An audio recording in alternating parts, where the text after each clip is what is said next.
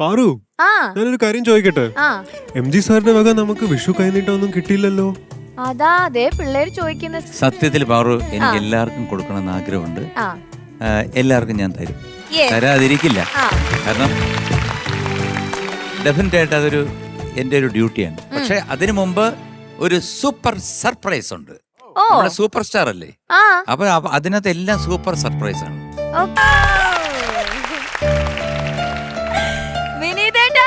Welcome to super star. Thank you. അയ്യോ, ഇത് super surprise ഒന്നല്ല, സൂപ്പർ ഡ്യൂപ്പർ സർപ്രൈസ് ആണ്. ഒരു ട്രെൻഡി സർപ്രൈസ് ആണ് വിനീത്. ഞാനിപ്പോഴും ട്രെൻഡിലുണ്ടോ? തീർച്ചയായിട്ടും. എന്താ വിനീത് ഇല്ലാത്ത ട്രെൻഡ് ഉണ്ടോ? അതെ. Hi Vineeth, happy Vishu. Thank you. Happy Vishu ശിവമംഗളെ. ഹാപ്പി വിഷു അളിയ. ഹാപ്പി വിഷു അളിയ. താങ്ക് യു അളിയ.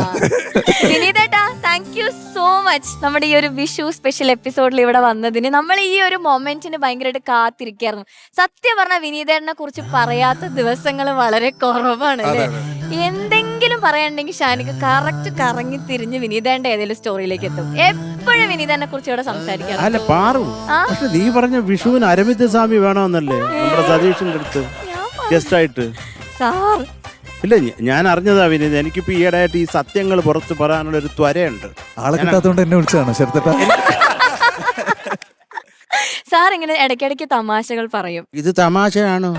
വളരെ നീറുന്ന വേദനാജനകമായ ഒരു സാധനമല്ലേ പറഞ്ഞു കൊടുത്ത വിനീതിന്. ശരത്തേട്ടൻ പറഞ്ഞൊരു കാര്യമുണ്ട്. ഒരു തവണ ഞാൻ ശരത്തേട്ടന് ചിത്ര ചേച്ചിയുടെ സ്റ്റുഡിയോയില് ഇതുപോലെ ഞാനൊരു റെക്കോർഡിങ്ങിന് കയറിയിട്ട് ഒരു പാട്ട് കംപ്ലീറ്റ് ചെയ്ത് പുറത്തിങ്ങനെ നിൽക്കുക. അപ്പൊ ശരത്തേട്ടൻ സ്ഥിരമായിട്ട് അവിടെയാണ് റെക്കോർഡ് ചെയ്യുന്നത്. അപ്പോൾ എന്നോട് ചോദിച്ചു, നീ എന്താ ഇവിടെ എന്ന് ചോദിച്ചു. അപ്പൊ ഞാൻ പറഞ്ഞു, ശരത്തേട്ടാ എനിക്ക് 2 റെക്കോർഡിംഗ് ഉണ്ട്, രണ്ടാമത്തെങ്കിലും നന്നായിട്ട് പാടണേ. അഭ്യുദയകാംക്ഷിയാണ് ശരത്തേട്ടൻ. അത് ഓർമ്മ പോലുമില്ല പറഞ്ഞത്. ശരത്തേട്ടൻ അതും പറഞ്ഞിട്ട് അടുത്ത റൂമിലേക്ക് അങ്ങ് പോയി. എനിക്കത് ഓർമ്മയില്ല. ഞാൻ അങ്ങനെ പറയത്തില്ല ഒരിക്കലും. ചുമ്മാ ഇത് ഉണ്ടാക്കി തന്നെ ശരത്തേട്ടൻ അവൻ ഒരിക്കലും ഉണ്ടാക്കി പറയില്ല. മനുഷ്യന്മാരെ വട്ടുപിടിപ്പിച്ചിട്ട്. അല്ല, ഇവിടുത്തെ പിള്ളേർ അനുഭവിക്കുന്നുണ്ടല്ലോ. വിനീത, ഞാൻ അങ്ങനെ പറയത്തില്ല. നീ എന്തോന്നറിയ ഇത്? അല്ല, എനിക്ക് വന്നൊരു പാട്ട് പാടിയിട്ടുണ്ട്, മനോഹരമായിട്ട് പാടി. പുള്ളിമാനില്. അതെ അതെ അതെ അതെ. അപ്പൊ അത് മനോഹരമായിട്ട് പാടി.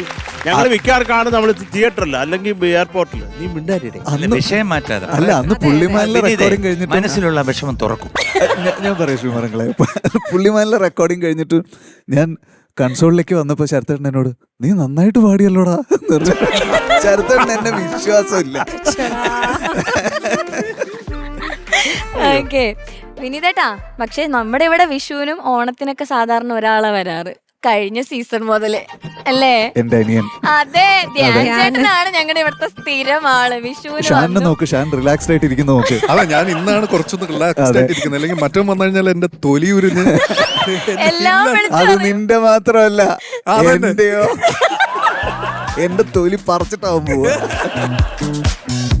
അപ്പൊ എന്തായാലും ഇവര് രണ്ടുപേരെയും ഇങ്ങനെ ഇത്രയും ദൂരത്തിൽ നിർത്തിയാൽ ശരിയാവില്ല അല്ലേ? നമ്മൾ എപ്പോഴും ഇവരുടെ ഫ്രണ്ട്ഷിപ്പിനെ കുറിച്ചിട്ടാണ് നമ്മൾ ഇവിടെ സംസാരിക്കാറുള്ളത്. അപ്പൊ ഷാനിക്ക ഒന്ന് സ്റ്റേജിലേക്ക് വാ. ഇന്നൊരേ മഴയിൽ ഞാൻ അലിയവേ പുതിയതാം അറിവിതാ മനമിതിൽ പുണ്യമോ സൗഹൃദം.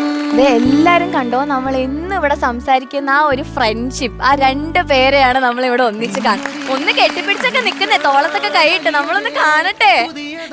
ഞങ്ങൾ അങ്ങനെ കെട്ടിപ്പിടിക്കാറില്ല.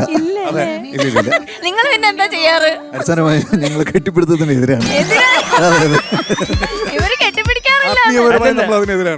ഞാൻ ഷാനെ ആദ്യമായിട്ട് കെട്ടിപ്പിടിച്ചത് ഞങ്ങള് പറഞ്ഞോളൂ. ഇവിടെ ഒരു ഓ നോ വന്നു. സാരല്ല, പറഞ്ഞോ. ഞങ്ങള് 2005 ഒരു ഗൾഫിൽ നടന്ന ഒരു അവാർഡ് ഷോ ഉണ്ടായിരുന്നു.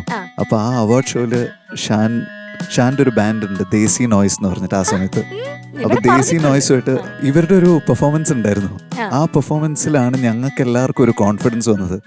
കാരണം അതിനേക്കാളും മോശമാക്കാൻ പറ്റൂല. അപ്പൊ പെർഫോമൻസ് കണ്ടത്. പക്ഷെ അവസാനമായപ്പോഴേക്കും ഞങ്ങൾക്ക് എല്ലാവർക്കും വിഷമം വന്നു. കാരണം ഞങ്ങൾ എയർപോർട്ടിൽ നിന്ന് തൊട്ട് പരിചയപ്പെട്ട് കുറെ സംസാരിച്ച് നല്ല കമ്പനിയായി അങ്ങനെ നിൽക്കുക. അപ്പൊ എല്ലാവരും ചെറുപ്പമാണല്ലോ. അപ്പൊ ഒരാൾ ഭയങ്കരമായിട്ട് ബോംബ് ചെയ്യുന്നത് കാണുമ്പോൾ നമുക്ക് വിഷമം വരുമല്ലോ. അപ്പൊ ലാസ്റ്റ് ബാക്ക് സ്റ്റേജിൽ ചെന്നിട്ട് ഞാനിങ്ങനെ ഷാനിങ്ങനെ കണ്ടപ്പോ അവിടെ പുറകിലൊരു റെയിലിംഗ് ഉണ്ട്. റെയിലിംഗിൽ ഇങ്ങനെ പിടിച്ചിട്ട് കുനിഞ്ഞിങ്ങനെ നിൽക്കുക. എനിക്ക് കണ്ടപ്പോ വിഷമം വന്നു. ഞാൻ ചെന്ന് കെട്ടിപ്പിടിച്ച് സാരമില്ലെന്ന് പറഞ്ഞു. ഷാനിക്ക സാരില്ല പോട്ടെ. അന്ന് പക്ഷെ പറയാൻ പറ്റില്ല. അന്നൊരു കാര്യം, ദാസാർ സ്റ്റേജിൽ വന്നിട്ട് അടുത്ത ദിവസം ദാസാർ സ്റ്റേജിൽ വന്നിട്ട് ഭയങ്കരമായിട്ട് എൻകറേജ് ചെയ്തു. അവര് പഴയ പാട്ടുകൾ പുതിയ രീതിയിൽ അറ്റംപ്റ്റ് ചെയ്തു. അതിന് അവരെ അപ്രീഷിയേറ്റ് ചെയ്യണം എന്നൊക്കെ പറഞ്ഞിട്ട്. ഇതൊന്നും ഞങ്ങളോട് പറഞ്ഞിട്ടില്ലല്ലോ. ഞാൻ പറഞ്ഞു ഇതൊക്കെ പറയാൻ കൊള്ളാവോടാ. നിങ്ങൾക്കല്ലെങ്കിലും തോൽവികൾ പിന്നെ സെലിബ്രേറ്റ് ചെയ്യാനാണല്ലോ ഇഷ്ടം. അതാണ് വിനീതേ നിങ്ങള് ഗുലാനായിരിക്കും, അതെ. പക്ഷെ വിനീതിന് കെട്ടിപ്പിടുത്തം വലിയ താല്പര്യം ഇല്ലാത്ത ആളാ. പക്ഷെ ഇവൻ നേരെ തിരിച്ച, ആരെ കണ്ടാലും അങ്ങ് കെട്ടിപ്പിടിക്കുക. ഞാൻ വരെ പേടിച്ച ഇവന്റെ ആ റൂമിന്റെ അടുത്തൂടെ നടക്കുന്നത്. ചേർത്തേട്ടാ അടുപ്പിക്കരുത്. പ്രശ്നാണല്ലേ? നീ ഇന്ന് പോവും. എനിക്കിത് ഇവിടെ ഇരിക്കാൻ അല്ല വിനീതേട്ടാ, എന്തായാലും സൂപ്പർ സ്റ്റാറിന്റെ ഒരു ഫ്ലോറിലാണ് നമ്മളിപ്പോ നിൽക്കുന്നത്. വിനീതേന്റെ ഫസ്റ്റ് സിനിമ മലർവാടിയിൽ തന്നെ ഒരു റിയാലിറ്റി ഷോ അതിനകത്ത് കാണിക്കുന്നുണ്ട്. അതെ. ഷാനിക്ക ഇവിടെ നിങ്ങൾ സൂപ്പർ സ്റ്റാറിന്റെ ഗ്രാൻഡ് ഫിനാലെ കാണാൻ പോയ ഒരു സ്റ്റോറി ഞാൻ ട്രിവാൻഡ്രത്ത് പറഞ്ഞിട്ടുണ്ട്. പോയിട്ടുണ്ട്. അതെ, ആ മെമ്മറി ഒന്ന് ഷെയർ ചെയ്യോ? അത് ആ സമയം സൂപ്പർ സ്റ്റാറിന്റെ സീസൺ 1 ഞങ്ങള് എല്ലാരും കട്ട ഫാൻസ് ആയിരുന്നു. അത് ഞങ്ങൾക്ക് എല്ലാവർക്കും ഓരോരോ പിക്ക് ഉണ്ടായിരുന്നു. ഒരാൾക്ക് സംഗീതം, ഒരാൾക്ക് ജോബ് എന്നൊക്കെ പറഞ്ഞിട്ട് ഓരോരാൾക്കും ഫേവറേറ്റ്സ് ഉണ്ടായിരുന്നു. അപ്പൊ ഫിനാലെ ആയ സമയത്ത് ഇത് എങ്ങനെയെങ്കിലും ലൈവ് കാണണമെന്ന് എനിക്കും ആഗ്രഹമുണ്ട്, ഷാനും ആഗ്രഹമുണ്ട്.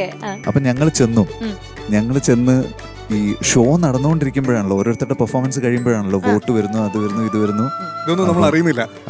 അപ്പൊ അത് ഒരു ഭയങ്കര എക്സ്പീരിയൻസ് ആയിരുന്നു. ഞാനൊരു റിയാലിറ്റി ഷോ ലൈവ് കാണുന്നത് ഫസ്റ്റ് ടൈം സൂപ്പർ സ്റ്റാർ ആണ്. അതെ, സൂപ്പർ സ്റ്റാർ. ഇപ്പൊ അതേ സൂപ്പർ സ്റ്റാറിന്റെ വേദിയിൽ വീണ്ടും ഒരു വിഷു സ്പെഷ്യൽ എപ്പിസോഡിൽ നിങ്ങൾ ഒന്നിച്ച്. Yes. വിധിയുടെ വിളയാട്ടം, ക്രൂരമായ വിളയാണ്. വിനീതേ, ഞാൻ ഏതോ ഒരു ഫിലിമിൽ ഒരു മ്യൂസിക് റിയാലിറ്റി ഷോ ജഡ്ജായിട്ടുണ്ടായിരുന്നില്ല. ശരതയുടെ എനിക്ക് ഓർമ്മയുണ്ട്, ഞാൻ പറയാം. എല്ലാം ഓർമ്മയുണ്ട്. ഈ സാധനത്തിന് ഭയങ്കര ഓർമ്മശക്തിയാ. എല്ലാം. ശരതേട്ടന് അതിലൊരു ഡയലോഗ് ഉണ്ട്. അതായത് ആ ഡയലോഗ് തുടങ്ങുന്നത് മോനെ മനു എന്ന് പറഞ്ഞിട്ടാണ്. പിന്നെ അല്ലേ, ഒരു ഗാനം പാടാം. അപ്പൊ മകന്റെ അച്ഛൻ ലാസ്റ്റ് സംസാരിക്കുന്നത് അത് പടത്തിലുണ്ടോ ശരത്തേട്ട? അത് അറിഞ്ഞൂടെ? ആണല്ലേ, അത് കട്ട് ചെയ്തോന്ന് എനിക്ക് സംശയമുണ്ട്. പക്ഷെ നമ്മളത് അയ്യോ, ഞാൻ അങ്ങനെ പറഞ്ഞല്ല. ഇതൊക്കെ ആര് വെക്കുന്നു? അല്ലേ, ഇല്ല, അത് അത്ര കുറെ ഡയലോഗ് ഉണ്ടായിരുന്നു, പക്ഷെ അത്രയില്ല. ആരോ നമ്മളെ കണ്ട ആൾ എന്നെ വിളിച്ചു പറയടാ നീ ഇതിനകത്ത് ഓടാ എന്ന് എന്റെ ഫ്രണ്ട് വിളിച്ചു പറഞ്ഞത്. അല്ല, അത് എനിക്കെങ്ങനെ ഓർമ്മയുള്ളതെന്ന് വെച്ച് കഴിഞ്ഞാൽ ശരത്തേട്ടൻ ഇങ്ങനെ 180 അടിച്ച് എന്റെ ചുറ്റും ഇങ്ങനെ വരും, എന്നിട്ട് ഇങ്ങനെ മോനെ മനു. ബാക്കി ശരത്തേട്ടന് ഓർമ്മ കിട്ടുന്നില്ല. കുറച്ച് കഴിഞ്ഞിട്ട് മോനെ മനു. ആരാടാ നീ? അവസാനം മോനെ മനു ആരാടാ നീ? എനിക്കത് നമുക്ക് അഭിനയിക്കാൻ പറ്റത്തില്ല. ആരെങ്കിലും വന്ന് പാടിയാൽ നമുക്ക് എന്തെങ്കിലും പറയാൻ പറ്റും. എഴുതി കൊടുത്ത ഡയലോഗ് വലിയ ബുദ്ധിമുട്ട്. മോനെ മനുവേ ഉള്ളൂ, 150 ഒരു 10 മോനെ മനു വിളിച്ചിട്ടുണ്ടായിരുന്നു. അല്ല, പക്ഷെ ശരതൻ എന്നിട്ട് കറക്റ്റ് ആയിട്ട് പറഞ്ഞു മോനെ മനു എന്ന് വിളിക്കോ? മോനെ മനു, മോനെ മനു, ആ മോനെ മനു. പല ശ്രുതിയിലും ഇല്ല, പല മോഡുലേഷനുണ്ടായിരുന്നു. മോനെ മനു, മോനെ മനു, മോനെ മനു.